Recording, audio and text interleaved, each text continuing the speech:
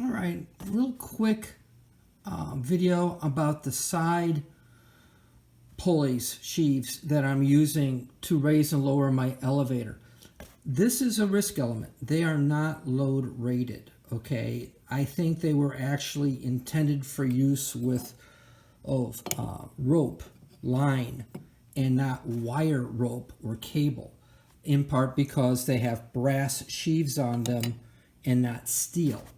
This one, a different type, has a steel sheave in it, and you'll notice it's a larger diameter sheave, so that makes a difference. Now, they both use the same style pin or spindle, so that's not the limiting factor. I think it's a bunch of stuff, but that's not the limiting factor.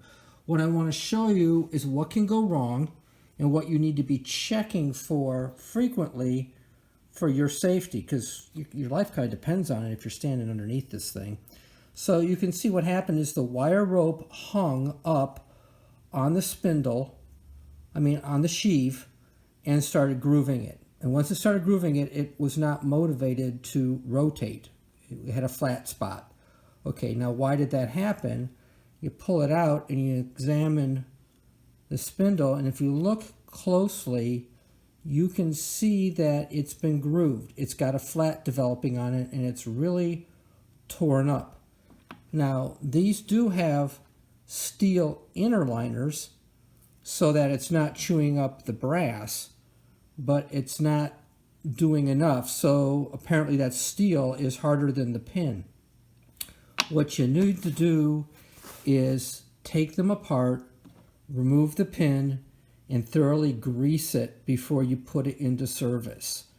And then periodically, you need to take it apart and look at it, or at least look to make sure that you're not getting this. This is trash now. All right. So it's an issue. There is not, I looked long and hard for someone who made a load rated version of one of these side mounted pulleys. I haven't been able to find one. What I'm doing over time, it's not really inexpensive, but it is effective, is I'm taking the steel sheave out of one of these and putting it into these. Now, when you do that, the runs change. Where the wire's traveling changes, and you need to accommodate that a wee bit, okay? It's a fraction of an inch, but it might be more than you can handle, okay? For example, and just to let you know, this one is rated at 600 plus pounds. So it can hold a lot if what you're fastening it to is going to put up with what you're doing to it. Yes, this is from a domestic source that appears to be American made. It's got the company's name on it, but where it's made, I don't know.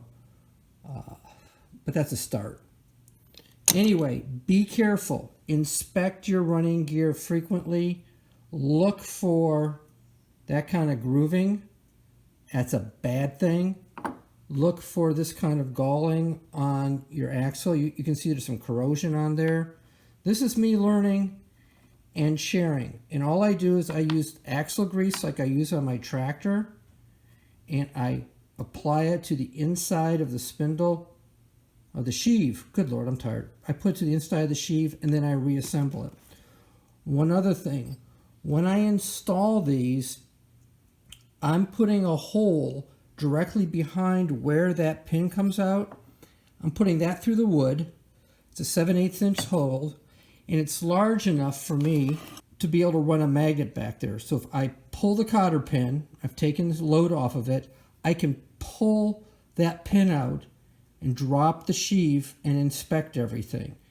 If I have to replace the sheave, I don't have to take all this hardware apart. I can just get a different sheave, put it back in there, put a new pin in, and push the pin in from the back side and stick the cotter pin in there. So, that's an idea. Okay, this is the hole pattern for doing one of these side mount pulleys, okay? The big hole in the middle, you wouldn't expect, but that's 7/8. And the advantage to that is it allows me to reach through from the back with a magnet to pull out the spindle that holds the sheave in place, okay? And that way I can inspect it and I don't have to take off this whole assembly and, and futz with it. Another advantage really is that the spindle tends to rise off the back of the plate, and it kind of rocks against this whole thing. It doesn't stay in place very well. When you put this here, you're getting rid of the trouble of that high spot. Now, someone might say, well, that high spot makes sure that it doesn't spin, that the key stays in place. You can take care of that easily by putting the right size cotter pin in on the front.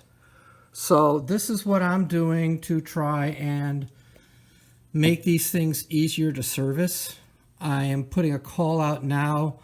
I'm looking before everything gets done to replace the sheaves with steel sheaves that have separate bushings and the like to eliminate the wear on the spindle. All these words. Okay.